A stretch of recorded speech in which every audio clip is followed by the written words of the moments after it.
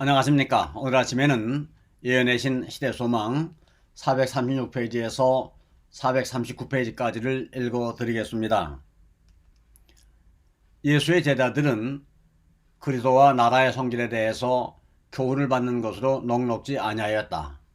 그들에게 필요한 것은 그 나라의 원칙에 그들을 일치시켜줄 마음의 변화였다.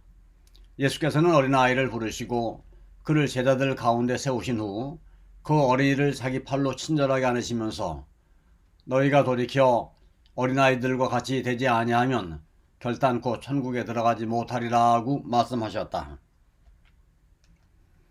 어린아이와 같은 단순함, 자기부정, 신뢰하는 사랑은 하늘이 가치 있게 여기는 속성들이다.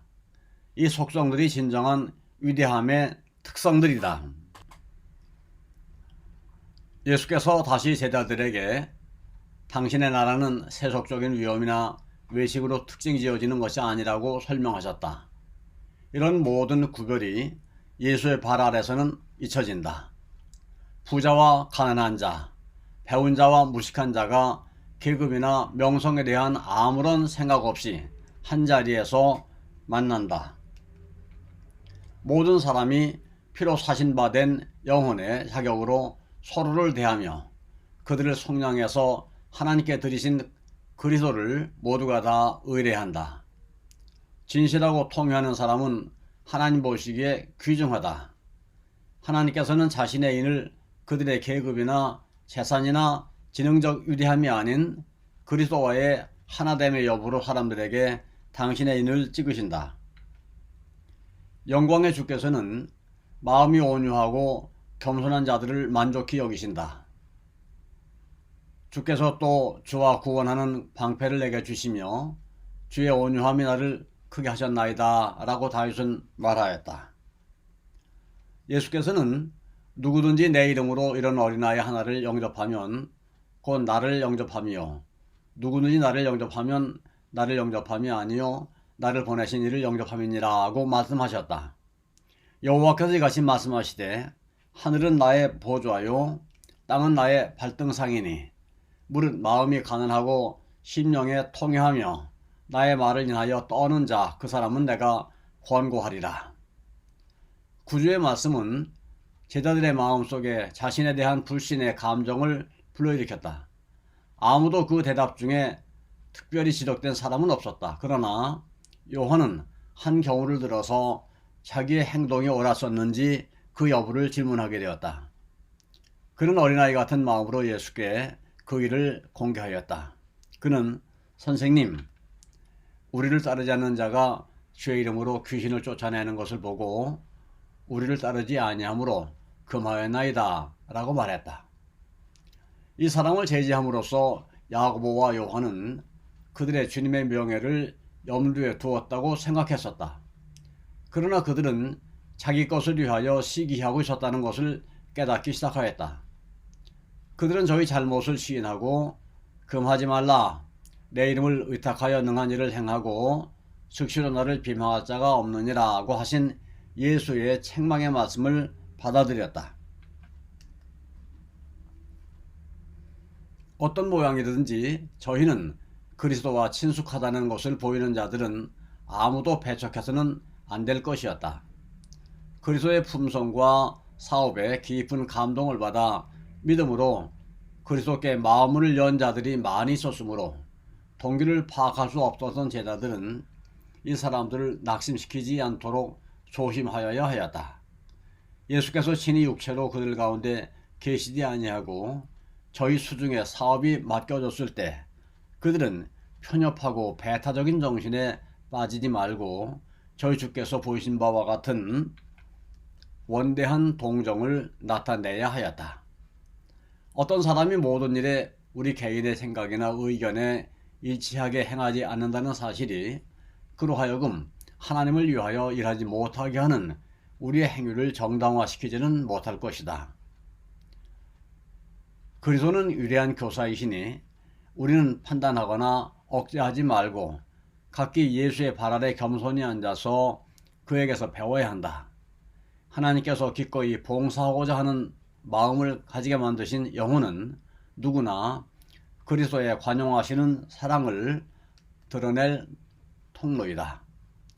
우리는 하나님의 빛을 지닌 자들을 낙심시킴으로써 하나님께서 세상에 비추시고자 원하셨던 빗줄기를 차단하지 말도록 조심하여야 하겠는가?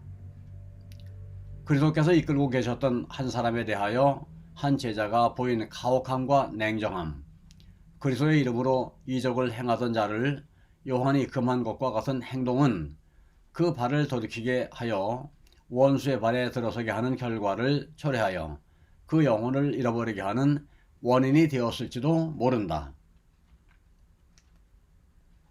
예수께서는 이렇게 하는 것보다는 차라리 연자맷돌을 그 목에 달리우고 바다에 던지움이 나으니라고 말씀하시면서 만일 내 손이 너를 범죄케 하거든 찍어버리라.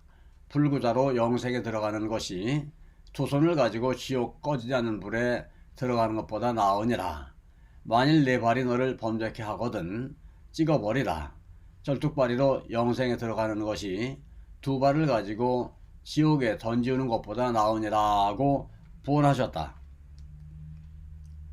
왜 그 이상 더 강렬할 수 없는 이토록 중대한 말씀을 하셨을까? 그 까닭은 인자에 온 것은 잃어버린 자를 찾아 구원하려는 것이기 때문이었다. 예수의 제자들이 저희의 동료 인간의 구원에 관하여 하늘에 엄유하신 분께서 보이신 것보다 관심을 덜 보여서야 되겠는가? 영혼마다 무한한 값을 치르고 산 바 되었으므로 한 사람이라도 그리스도에게서 떠나가게 하여 그를 위한 구주의 사랑과 치욕과 고뇌가 수포로 돌아가게 하는 죄를 범하는 일은 얼마나 두려운 일인가. 실족해 하는 일이 있음을 인하여 세상에 화가 있도다.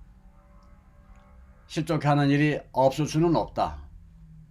사단의 충동을 받은 세상은 분명히 그리스도를 따르는 자들을 반대하고 그들의 믿음을 파괴하려고 할 것이다. 그러나 그리스도의 이름을 취하고도 여전히 이 일을 행하는 것이 드러나는 자에게는 화가 있도다. 우리 주께서는 당신을 섬기노라 하면서 당신의 품성을 그릇 나타내는 자들로 말미암아 수치를 당하신다. 따라서 무리들은 기만을 당하고 거짓된 길로 인도된다. 죄로 인도하며 그리스도께 욕을 돌리는 습관이나 행습은 그것이 어떤 것이든 어떤 희생을 치르더라도 버리는 것이 더 좋을 것이다. 하나님을 욕되게 하는 것이 영혼에게 유익이 될 수 없다. 영원한 의의 원칙을 어기는 자에게는 하늘의 축복이 따를 수 없다. 그리고 한 가지 죄라도 마음에 품으면 그것은 품성을 절약시키고 다른 사람들을 잘못 인도하기에 넉넉하다.